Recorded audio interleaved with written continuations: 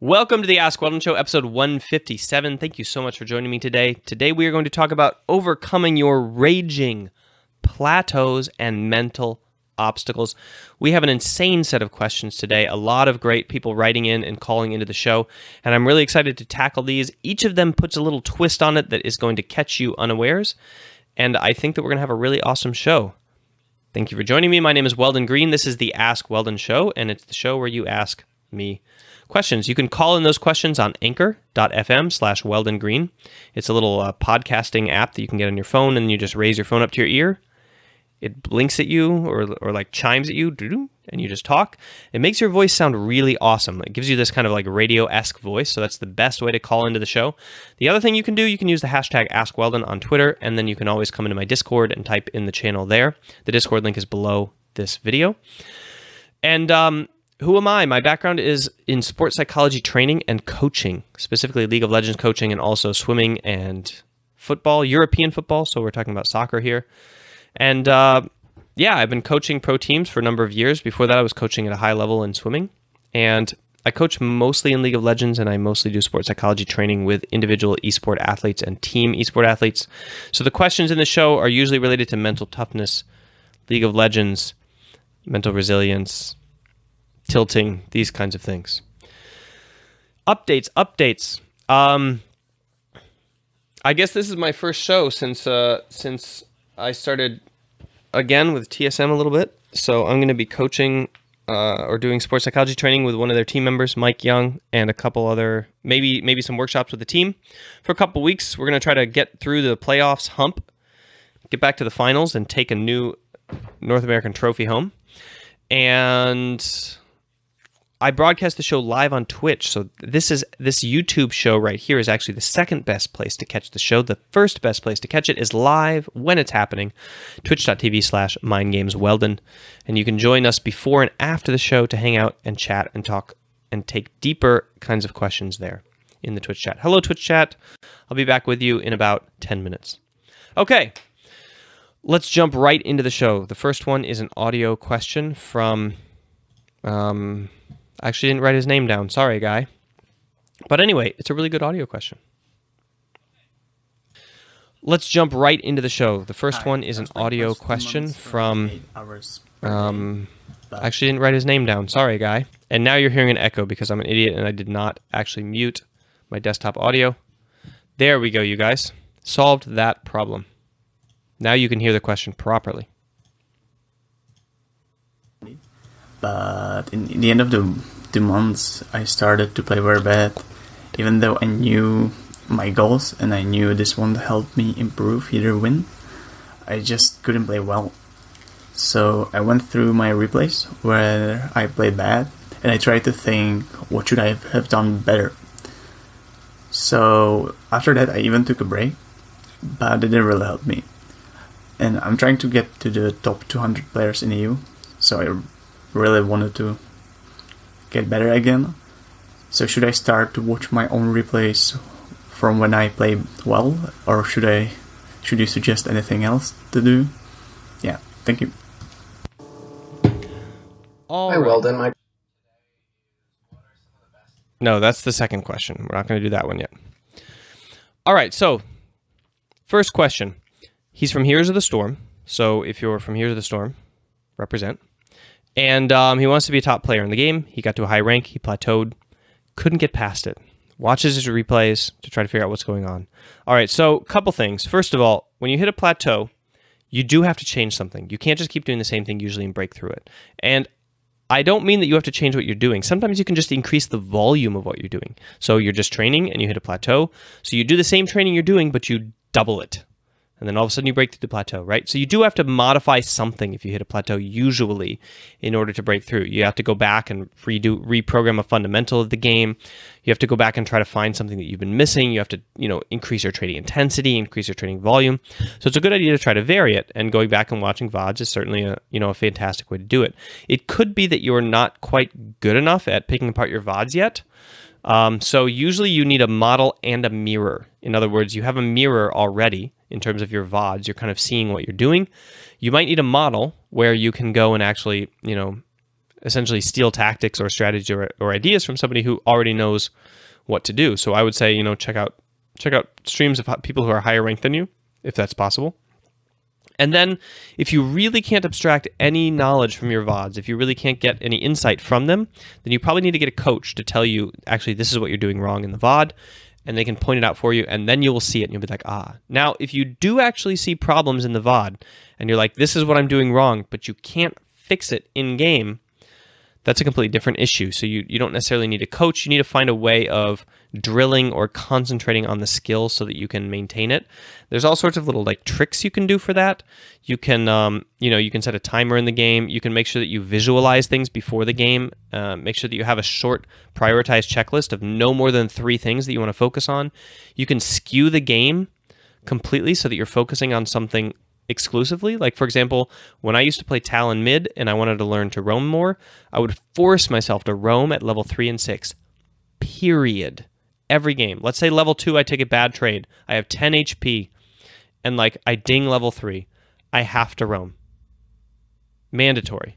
And then I roam and then I die and I feed a kill and everybody's mad at me, but that pain and that agony teaches me to essentially not take a bad trade at level 2, right? So I get better at the game in terms of that. So you can do these kinds of things that skew the game and force you to stick with your goals and give you these amazing learning moments.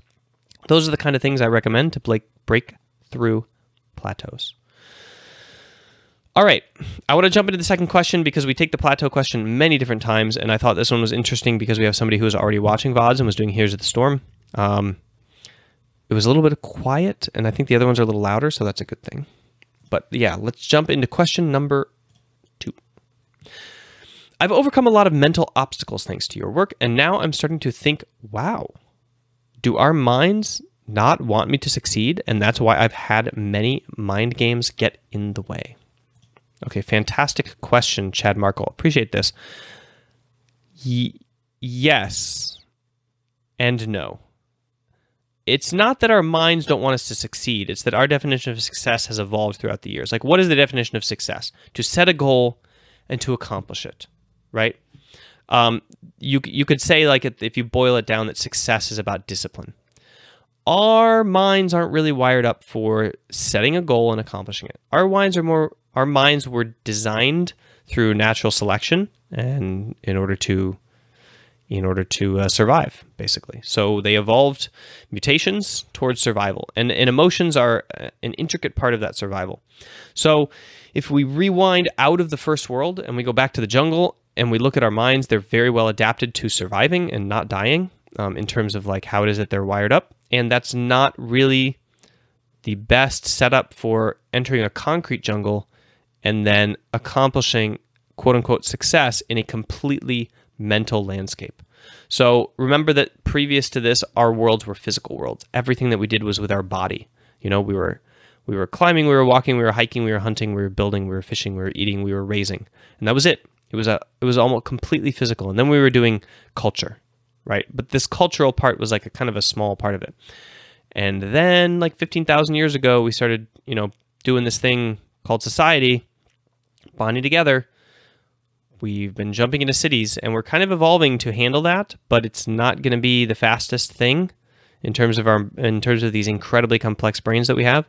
So I don't think that they're super well adapted to this purely mental landscape that we live in, right? Where everything is centered on the mind and on cognition, and almost nothing you do is with your body.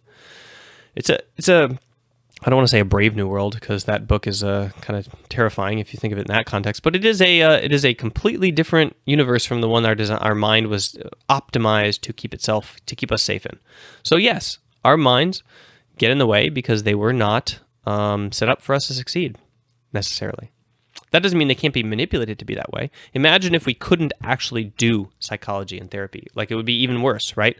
But actually, you can do them, and so you can be at the top of the bell curve of average functioning, and you can jump up to this standard deviations, from the norm, and you can actually go and try to be Buddha or try to be Christ or try to be one of these super high functioning individuals and pull it off. It's possible. It's just not easy. It's simple. It's just not easy. All right. Thanks for the question. Let's jump into question number 2. Hi, Weldon. My question today is, what are some of the best techniques to find the best or most ideal mouse sensitivity when playing League of Legends? No. Hi, stop, Weldon. stop. Whenever I play DPS and competitive in Overwatch, Tracer. Sorry, guys. I decided I would try to use a playlist today, and the playlist thing is just failing miserably. Usually I play questions one at a time instead of on a playlist. All right. How do you get the best mouse sensitivity? I don't even know why I put this question in the show. Basically, you want to match the sensitivity of most Counter-Strike professionals. I think that they really have it down in terms of muscular control. They do low sensitivity, high motor movement. So they're focusing on moving their shoulders and their arms a large amount, which gives you the most precision in terms of accuracy. And then they have their mouse sensitivity rather low. That's what I recommend for health purposes, because it makes you move more than just this. It makes you move your whole shoulder joint. It makes you coordinate a larger muscle chain. You're actually going to be moving those anyway. I don't want you to stabilize your wrist and then like stabilize your wrist on a little pad and then just wiggle your wrist. I want you to like move your whole arm freely, and I want you to maintain good posture while you're doing that. So that's what I would recommend for health purposes and for training purposes. But really the answer is you should get the best mouse sensitivity that kind of fits your play style and your desk space. If you want the absolute optimal and you don't care about desk space and you don't care about what is best for you, you just want to retrain yourself to the best, then I would do low sensitivity, high movement, and I would focus on like using your entire muscle chain, including your back, to like control your mouse, because that will give you the most accuracy. If you look at Japanese calligraphers, you know, they're drawing the little itty bitty bitty bitty tiny calligraphy and like beautiful inkscape, right? They're using their entire arm to do it. You do not move your wrist, okay? You draw with your shoulder. It's the biggest muscle. It actually gives you the best control, but you have to train it well. All right. Next question. How do you find your own personal style? How do you balance your own personal style versus the tier 1 meta? Okay, that's pretty easy. Pretty simple question. I love that people are getting more succinct at typing in questions. We had a number of questions for a couple of weeks that were just really, really, really long and convoluted. But here we are back down to the like nice, succinct, sweet, short questions. It's wonderful. Okay, how do you find your own personal style? How do you balance your own personal style versus the tier 1 meta? I say screw the tier 1 meta.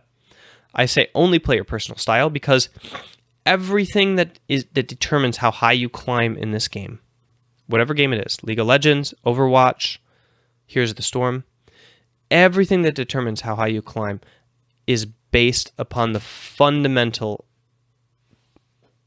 like bedrock of motivation.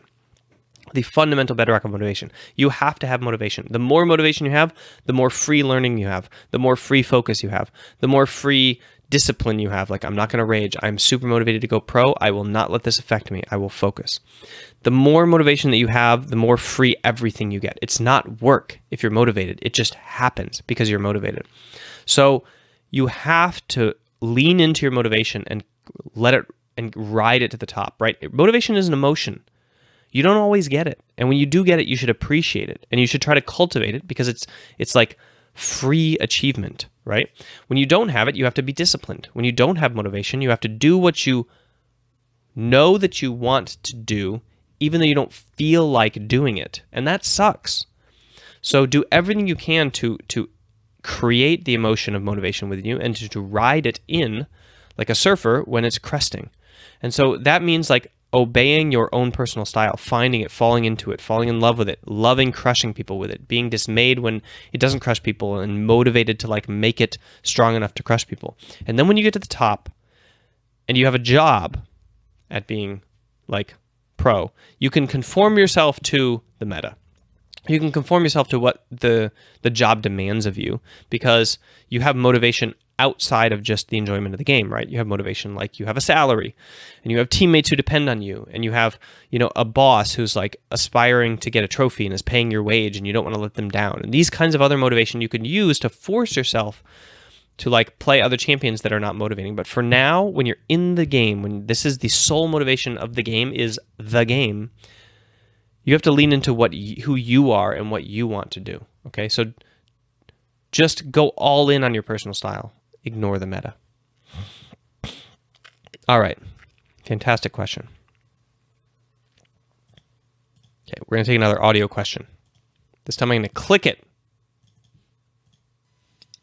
Hi, Weldon. Whenever I play DPS and competitive in Overwatch, Tracer, for an example, I always go in with the mindset that I'm going to hyper carry my team, that I'm going to be the sole reason that we win. But whenever I underperform, I start to tilt and I start to play really badly and I get pretty toxic. It makes it not fun for me and not fun for my friends that I'm playing with, but most importantly, I start to rage and flame the enemy and I say some pretty reprehensible things. I don't know how to control myself in these situations. Do you have any tips?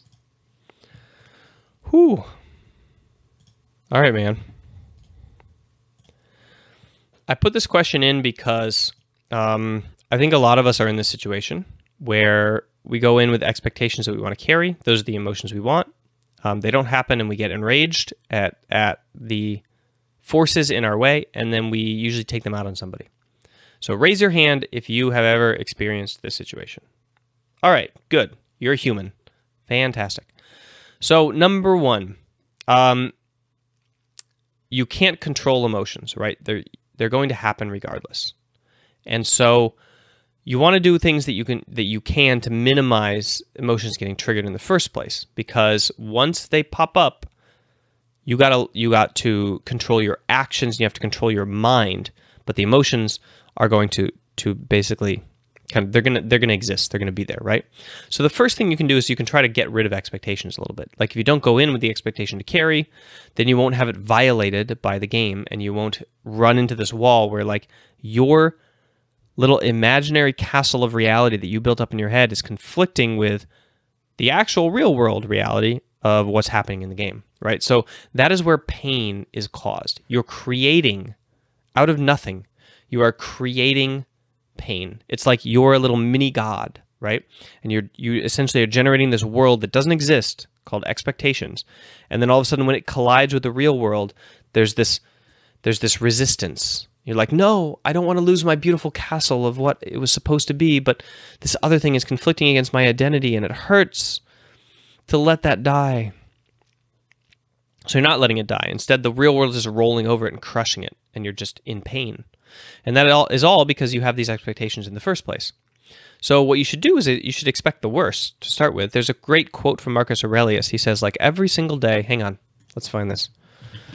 Marcus Aurelius, every day, worst day quote. Let's see if I can find this. Begin each day. Okay. This is for you, Mr. Rager. Hang on. I got to direct you by name. Let me go into the AskWeldon show thing here. All right. C-Con More. You're actually in Twitch chat right now. Great. Okay. C-Con More. Begin each day by telling yourself, today I shall be meeting with interference, ingratitude, insolence, disloyalty, ill will, and selfishness, all of them due to the offender's ignorance of what is good or evil. But for my part, I have long perceived the nature of good and its nobility, and the nature of evil and its meanness, and also the nature of the culprit himself, who is my brother, not in the physical sense, but as a fellow creature similarly endowed with reason and a share of the divine. Therefore, none of these things can injure me, for nobody can implicate me in what is degrading. Neither can I be angry with my brother or fall foul of him, for if he and I were born to work together like a man's two hands, feet, or eyelids, or the upper and lower rows of teeth, to obstruct each other is against nature's law, and what is irritation or aversion but a form of obstruction? All right, so expectation is pointing the wrong direction. You're envisioning a beautiful future, and you need to expect the worst as well as the best, because that's human nature. All right, so first of all, get rid of the expectations. That'll help a lot. Go in with expecting anything, okay, and you'll be much better prepared actually for when things do go wrong.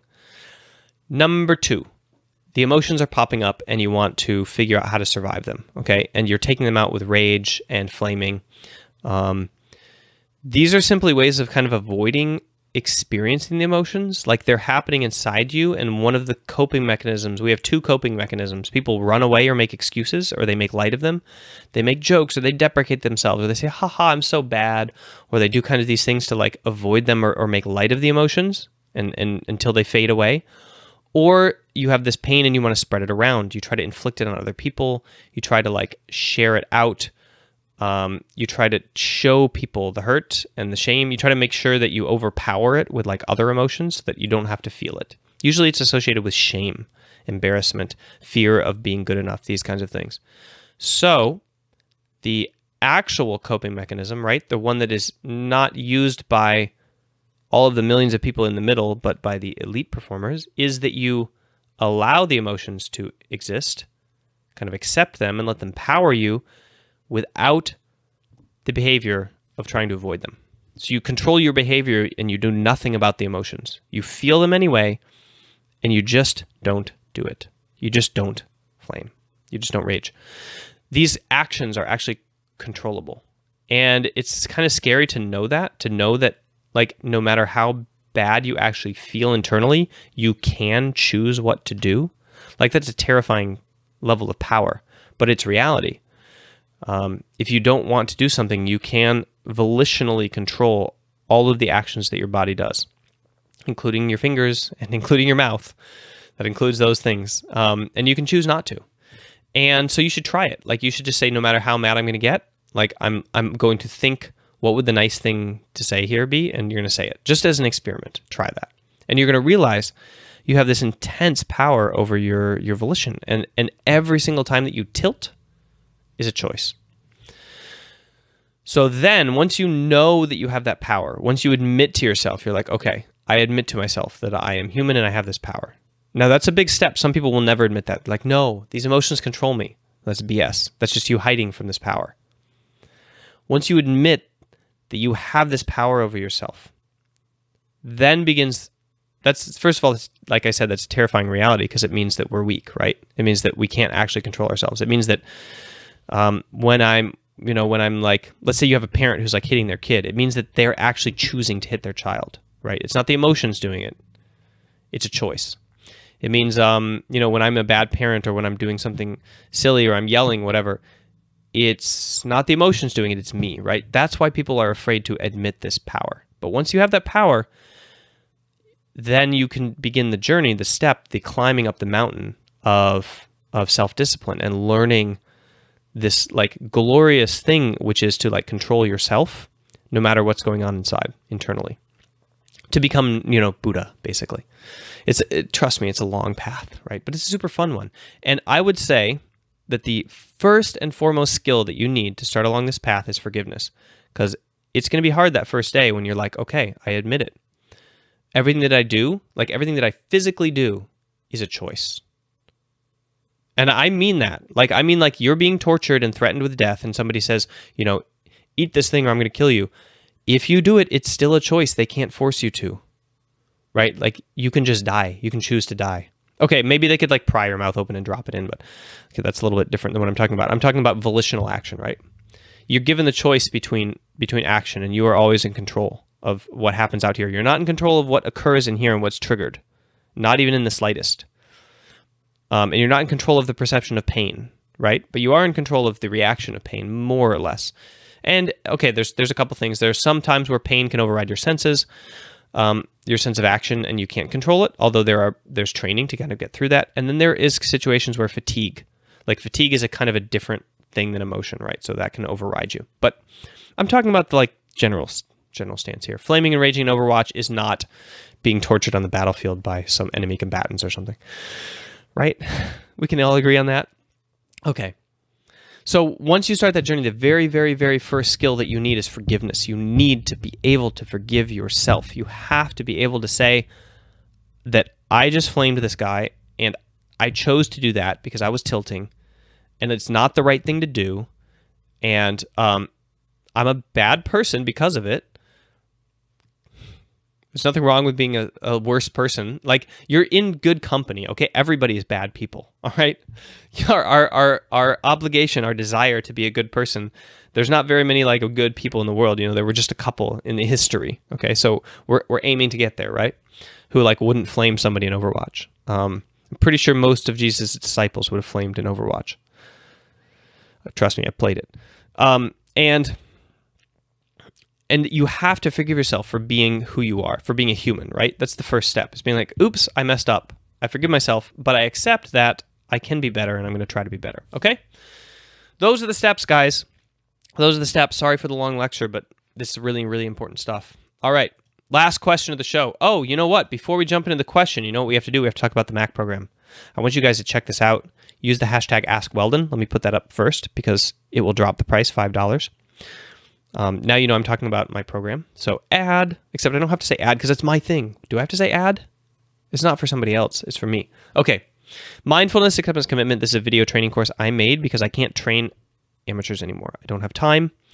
But that's kind of my aspiration. That's why I got into esport in the first place, was to do shows like this and to help people who are training esport who might never go pro use esport as a way to improve themselves. That is the whole ambition. That's the whole reason sport exists. The development of youth and humanity through sport, through competition. Okay? So that's what this program is about. And I'm working on the version 4. And so every single purchase that is made right now, as of like about a month ago when I announced this, every single purchase, all of the money is basically being funneled directly to the developer. So this is like funding itself, right? And also you get grandfathered into the new version. So the new version is gonna change a little bit in pricing. It's gonna be a subscription model for the first time ever. I've been 5 years, I've been selling the program, or 4 years, like kind of as is. It's 2018, right? I started in 2013. 5 years, holy cow, 5 years. I've been selling the program under a single price and you get it forever. That's going to change. So now is your chance to get it forever for the last time forever. And then after that, we're going to go to the subscription model because it's going to be an app. And apps are expensive to maintain and they kind of need this revenue to kind of like make sure that they can be maintained and the code can be updated and the bugs can be fixed on the phones and stuff like that. So if you want it and you want to support the development of this, you get it now and then you get it forever. That's all I'm going to say about it. Except that it's awesome, and I've had lots and lots of great comments, and I just found out, I just got a comment from a pro recently that they have also used it, which is really exciting. I don't know if you remember Yamato Cannon last year went through a series where he promoted it. I worked with him. He implemented it within his team last year, and with his coaching, philosophy, he said it's been quite helpful in expanding his repertoire, his toolkit in terms of coaching the team. He's already a fantastic coach, in his own right. So it just added some things to his toolkit. So it's applicable. It is the thing that I literally do with pro teams. Like I'm working through the same concepts with Mike Young right now in TSM, right? So this is the toolbox. It is the answer, I would say, to most of the questions on this show. You could just, instead of just paying attention to the show or asking these questions, you could just go do this and you'd know the answer, right? So yeah, make sure to check it out. All right, last question. What distinctions, if any, do you think exist between high performance and creative, generative work? I took this question because I used to teach this class at university. When I was a sports psychology trainer and I went back to university to teach English, I was teaching mostly academic writing because I happen to be a good writer and a good researcher, and teaching academic writing to master's level students. And supervising, also I got to supervise some research then too. That was pretty cool. And I wanted to teach a module. I wanted to teach a module that conflated my desire to do performance consulting and performance enhancement with writing. So I taught the model like creative writing for the purposes of academic freedom, essentially. And we did a creative writing course. And we dealt with these concepts that exist, like the levels and the barriers in your mind that you're pushing through in order to attain creative freedom. And the answer is absolutely, these are very much the same thing. The differences and the distinctions are that creativity happens best in the absence of competition. So if you're in a super competitive state, it kind of shuts off the creative module, I would say, a little bit. So you have to be in competition. Like, for example, in Madison Square Garden, when CLG clean swept TSM to win their first championship, there was, there's a lot of beautiful play on the Rift, and it looked like CLG was absolutely in the zone. And I believe in those moments of pure competition, they weren't actually feeling competition. They were feeling joy, They were feeling flow state. They were feeling the complete absence of competitive desire and the complete influx of mastery of their art. And when you have this like sensation of tackling a challenge, you're like tackling a challenge, competition is outward focused, okay? Competitive mindset is like outward focused. You're measuring yourself against somebody else. Mastery focused is like there's an obstacle and you're achieving it. You're overcoming it. You're going over the top of it. But it's all yourself and your thing. I believe that CLG did not see TSM members and try to surpass them. I believe that they saw an obstacle that they were trying to climb. They saw a purpose and a mastery that they were trying to achieve. And in the tackling of that task, they felt flow state and they felt joy and they felt themselves surmounting those obstacles, right? And that is the creative process, is you have to move past competition and you have to move into mastery. You have to get to that moment of joy when you are like, you have this challenge that you're just possibly able to accomplish, maybe not, and you're striving to overcome it, and you're in the problem solving like moment, and you're like, everything is on the table, and it's like survival and joy and the attainment of your craft at the highest level that you can do, and like the surmounting of this obstacle, and your brain just kind of unlocks and accepts whatever it is that's going to allow you to get there. So that, I think, is the distinction between high performance and creative work, is that high performance operates a lot in the competitive zone, and very, very inoften do athletes get into this mastery zone. Although high performing athletes are really high in both zones, right? So they're always super high in the mastery pursuit and they're always super high in the competitive pursuit. Whereas if you want to be super, super, super creative, you got to be really good at turning off the competition when you want to think new things. And you want to be purely just for the sake of climbing the mountain. Which is why, by the way, my new logo is going to be a mountain. We've mentioned it a couple times in this show. All right, guys, that's the show for today. Thank you so much for tuning in. I appreciate it. Make sure you check out the Mac program. And now I'm going to run over to Twitch. So if you are one of those people who want to catch this live and chat afterwards, go to twitch.tv/mindgamesweldon, and I will see you in a few minutes.